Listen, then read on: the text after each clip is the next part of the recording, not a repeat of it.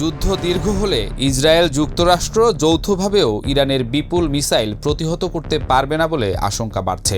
ইসরায়েলে থাকা যুক্তরাষ্ট্রের অস্ত্র ও গোলাবারুদের বিশাল মজুদ নিয়ে চাপা দ্বন্দ্বে ভুগছে ট্রাম্প প্রশাসন। বিভিন্ন আন্তর্জাতিক গণমাধ্যমে প্রকাশিত সংবাদ বিশ্লেষণে এমনটাই দাবি করছেন বিশেষজ্ঞরা।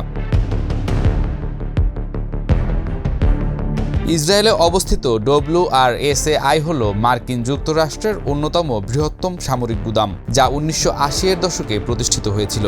এই স্থাপনায় প্রায় $1.8 বিলিয়ন মূল্যের অস্ত্র, গোলাবারুদ, মিসাইল, সামরিক যান, এমনকি 500 শয্যার একটি হাসপাতালও রয়েছে।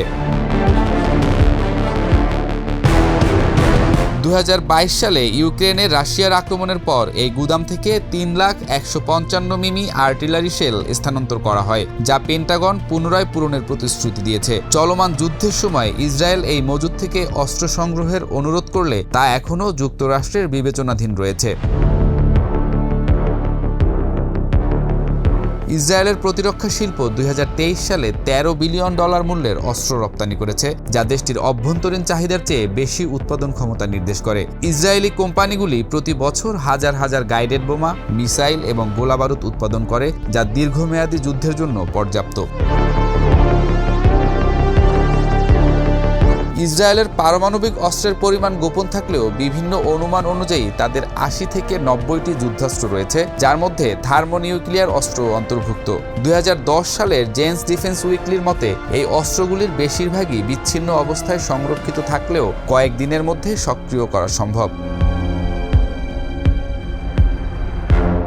গাজার দক্ষিণে মিশরের সাথে সংযুক্ত ফিলাডেলফি করিডোর ইসরায়েলের জন্য অত্যন্ত গুরুত্বপূর্ণ। প্রধানমন্ত্রী নেতানিয়াহু এই অঞ্চলের নিয়ন্ত্রণ বজায় রাখাকে গাজা ডিমিলিটারাইজেশনের পূর্ব শর্ত হিসেবে উল্লেখ করেছেন।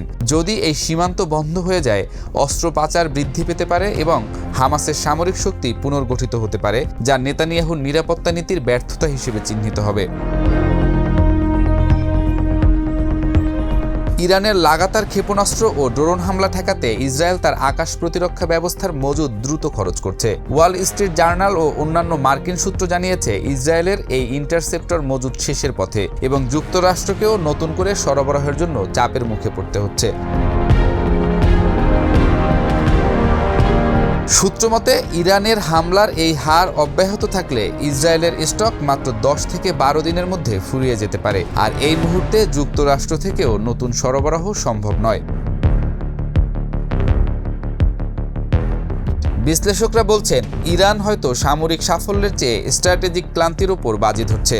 যত বেশি ক্ষেপণাস্ত্র ছোড়া যায়, তত বেশি ইসরায়েল প্রতিক্রিয়া দিতে বাধ্য হবে। এতে অর্থনৈতিক ব্যয় বাড়বে, গোলাবারুদ কমবে এবং যুক্তরাষ্ট্রকে প্রকাশ্য হস্তক্ষেপে টেনে আনার ঝুঁকিও বাড়তে থাকবে। ইসরায়েলের প্রতিদিনের প্রতিরক্ষা ব্যয় এখন গড়ে $250 থেকে $300 মিলিয়ন। এই খরচ শুধু অস্ত্র নয়, চিকিৎসা, সরবরাহ, নিরাপত্তা ও পুনর্গঠনের দিকেও ছড়িয়েছে। আর এই প্রেক্ষাপটে ইরান বারবার আঘাত করে অপেক্ষা করছে কখন ইসরায়েল নিজেই থমকে দাঁড়ায়। গোপন একটি মার্কিন গোয়েন্দা বিশ্লেষণ বলছে, ইসরায়েলকে এখন অস্ত্র যোগান দিতে গেলে যুক্তরাষ্ট্রের নিজস্ব স্টকও হুমকির মুখে পড়বে। আর সেই পরিস্থিতি তৈরি হলে শুধু ওয়াশিংটন নয়, গোটা পশ্চিমা সামরিক জোট চাপের মুখে পড়বে।